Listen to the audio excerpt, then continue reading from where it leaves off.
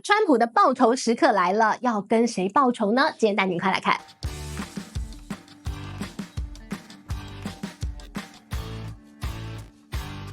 嗨，大家好，我是志玉，今天想跟大家聊聊一个很有意思的话题哦。川普当选了，当然呢，几家欢乐几家愁，但是呢，本来大家觉得应该欢乐的那个阵营啊，现在有一点摸不着头绪，他们觉得我该开心吗？还是我现在该哭呢？还是我要开心呢？还是我现在到底怎么回事啊？因为其实川普啊，令人难以捉摸啊。好，他在上任之前就这样了，上任之后啊，好戏才要开锣。好，我们先来看看啊，现在呢，川普即将在1月20号要重返白宫。那这段时间他在干嘛呢？忙得很，紧锣密鼓的要把他的内阁人选，要把这么大一个美国政府这么大个摊子全部安插好人选。所以呢，他现在非常忙碌。除了他很忙之外呢，我们带您来看共和党现在不是在国会掌握了大多数吗？他们现在也预做准备了。他们说啊，等到这个川普一进白宫30天内，他就要推出第一个法案。好，这个法案要干嘛呢？当然就是川普最在意的边境问题。所以呢，这个法案是干嘛？就是要来调节预算的。他说啊，要确保边境的墙，他不是说要盖美墨高墙，那个墙要盖的预算可以完全没有问题。所以呢，预算问题最重要了，他们要确保那个预算有。然后呢，他说我要在美墨高墙的边边全部通通装上非常厉害最高科技的天眼监控，任何人想要从这个地方爬过来钻过去通通不可能。所以呢，现在看到了共和党他们已经开始在酝酿了，未来呢，这第一个法案要推出的最先要重要的重点就是边境问题，再来就是国防问题，然后呢才要处理的是税收问题。税改呢，他们要留到2025年年底再来讨论。好，这个是他们的执政有一个优先顺序，钱最重要。其实也对啦，这个川普眼中都是钱嘛，对不对？钱最重要。好，那我们刚刚提到了，说他现在正在紧锣密鼓安排他的内阁人选，谁要做什么位置呢？马斯克，你来帮我管管这个预算控管。谁你帮我管管什么？所以现在正在安插人选，一个一个人选呢公布之后啊，本来开心的就有一点笑不出来了。我们来看到川普当选之后啊，大家认为共和党本来就是一个小政府的概念，他觉得政府应该很小，很多事情别管这个所有的社会他们自己呢会自成一套逻辑，自己会有自然有序所以呢，你就看到了这个共和党的这样的一个理念。川普也觉得我就放松监管啊，交给市场经济啊，跟民主党跟拜登那个时候不太一样，拜登就什么都要管民主党就觉得我要大政府，什么东西我都要管得很好才行。那共和党是小政府，觉得放手给你们去，不一样的一个概念。好，那我们来看川普回来了，大家都觉得他会放松监管，对吧？觉得他会减税啊。那对于这些科技公司来讲，最开心啊，你就不要管我啊。所以呢，大家很开心啦，觉得不得了。结果呢，是这样吗？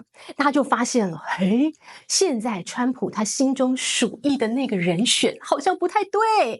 好，我们来看到这些科技公司啊，最近他们这几家重大的科技公司，最大的，他们都为同样一个问题而困扰，那就是美国的司法部有一个反垄断部门，现在呢，他们这个反垄断部门当中啊，堆积如山的文件啊，不外乎都是几家大企业，什么 Amazon 啦、微软啦、Meta 啦、Google 啦，都是叠到天花板的文件资料都等着要起诉他们。那当然就心里头就觉得很烦对不对？我生意做这么大，我税收贡献难道少吗？我这是合理的减一点税，我合理的偷偷少缴一点税，怎么了吗？所以呢，他们很讨厌这个拜登政府管来管去啊，什么反垄断。拜登政府的想法是这样，他觉得每一个这个产业当中应该要自由竞争。那当你某一家企业大到不得了的时候呢，你就会蚕食鲸吞一些其他的业者无法跟你竞争。这就是美国它的反垄断部门很重要的精神，它维持大家的自由竞争。所以当一家公司大到不得了的时候，他会用政府的力量介入，要求你分拆。好，所以像最早很多公司都被迫要分拆，对不对？好，最近一个面临到这种反垄断调查，很可能要被分拆的就是 Google， 因为呢，这个美国司法部说啊，你这个搜寻引擎啊，已经市占率高达90%哦。然后呢，你看你的这个上网的一个这个搜寻啊，然后你的云端啊，都是大到不得了的，市占率都是压倒性的，你让别人无法跟你竞争，所以他现在要求 Google 要分拆。那 Google 当然还在抗拒，他说我要继续的上诉嘛，对吧？所以你看这些科技公司看到川普当选很开心啊，放鞭炮啊，不得了啊，仰天长啸啊。结果呢，发现川普先生你怎么现在属意的那个这个美国司法部的要来管这个反垄断部门的人，哎呀，也是一位铁娘子，她也是那个立场非常坚硬的，认为公司不能这么大的那个同样的立场。那这个人是谁呢？她是现在副总统未来副总统范斯，她的高级顾问叫盖尔小姐。那这个人呢，她以前的立场就是很讨厌大公司垄断的。本来这个位置拜登找的是谁？也是一个铁娘子，人家叫她叫做反垄断的女沙皇。好，这位女沙皇人家说她是大家听了就会吓跑，叫做亚马逊的克星哦。她就是看到大公司她就不顺眼，看到大公司我就查，看到大公司我就想把你分拆。所以呢，这个女沙皇，好不容易拜登没选上，她要再见，她要没工作了。换了一个盖尔小姐，怎么一样的立场啊？所以呢，现在这些科技公司啊，就觉得怎么这样啊？怎么会本来想象的美好的日子好像不在哦？到底她会不会上来？盖尔小姐当这个美国反垄断部门的一个这个领导人，我们可以持续观察。但是我们来看，微软已经先被查了哦，那你就不得不提到了这个单位的那个领导。我们刚刚讲到那个这个反垄断的女沙皇。你在明年1月份，大家记得我刚刚讲嘛，川普1月20号不是要上任嘛？那你这个反垄断女沙皇，你是拜登任命的啊，那拜登下台了，你就再见了呀。那你最后你去帮他看一下，现在剩下多久时间？1-2个月时间。你查什么查啊？你不能好好打包你办公室吗？你不能好好的把你想要的东西带走吗？比如说你咖啡包很好喝，那咖啡机不错 ，A 回家可不可以啊？你能不能好好收东西啊？为什么现在你还查什么微软？他说我要查微软。为什么？他说今年7月份，大家记不记得那个时候有一件事情很恐怖，那叫做史上最严重的 IT 故障事件，大家还记得吗？那一天你的电脑还好吗？就是在7月份的时候哦。好，发生什么事？有一家公司呢是资安业者非常大，世界上最知名，叫做 CrowdStrike。那这家公司呢，几乎60%以上的美国的前500大的企业都用他家的这个资讯安全系统。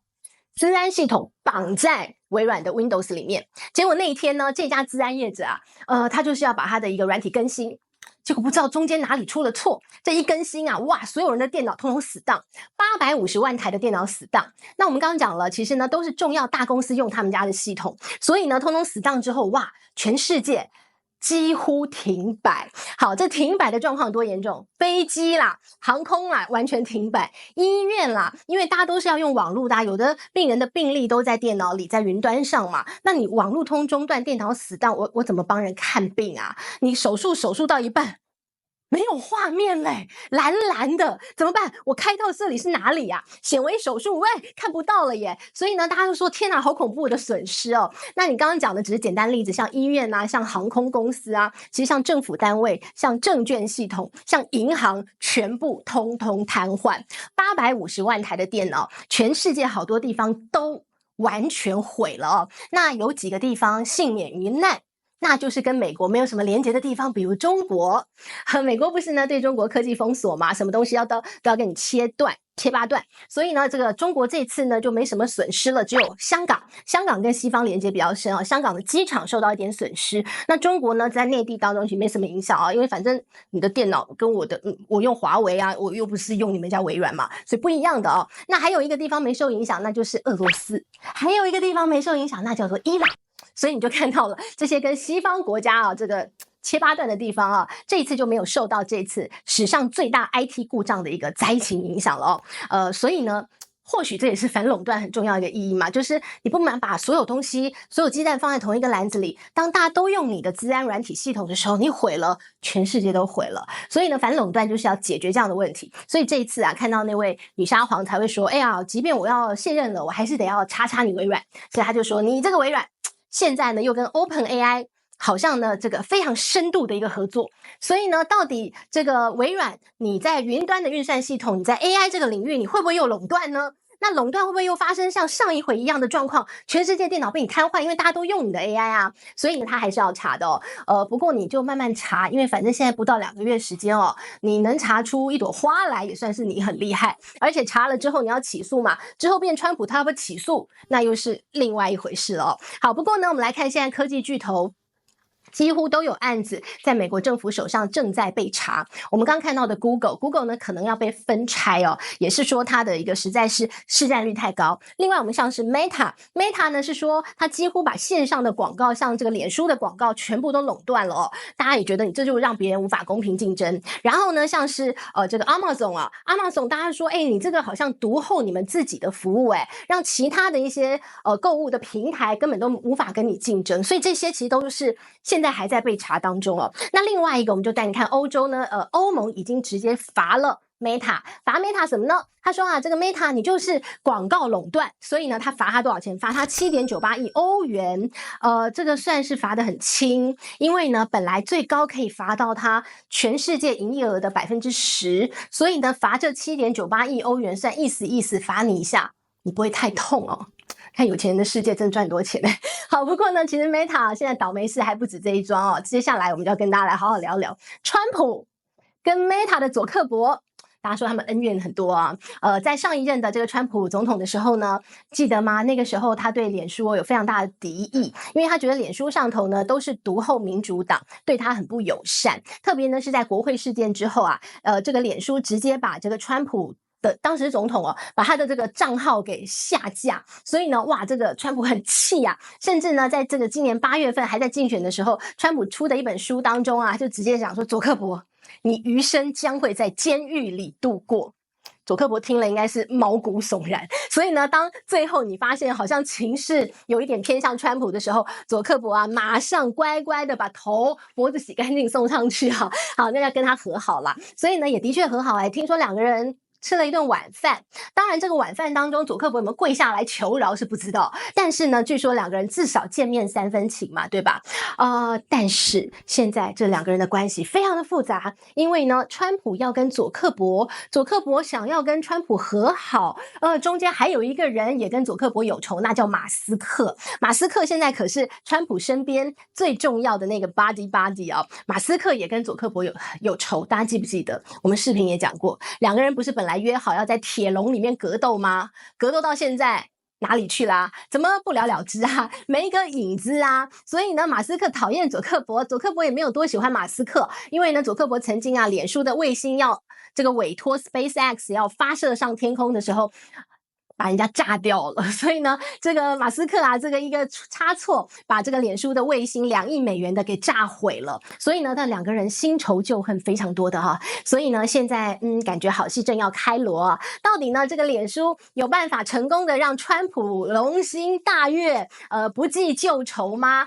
我们再继续看下去。但无论如何说回来本来以为呢这个科技业在川普总统的带领之下应该会不被监管有好日子，但现在看起来似乎也不是，川普很难被捉摸的。但是最重要的好戏开锣，就是我们要继续来看看川普跟佐克伯还有跟马斯克他们3个人之间的恩怨情仇到底有多精彩呢？让我们继续看下去了。这是今天的内容，希望你喜欢咯，我们下回见，拜拜。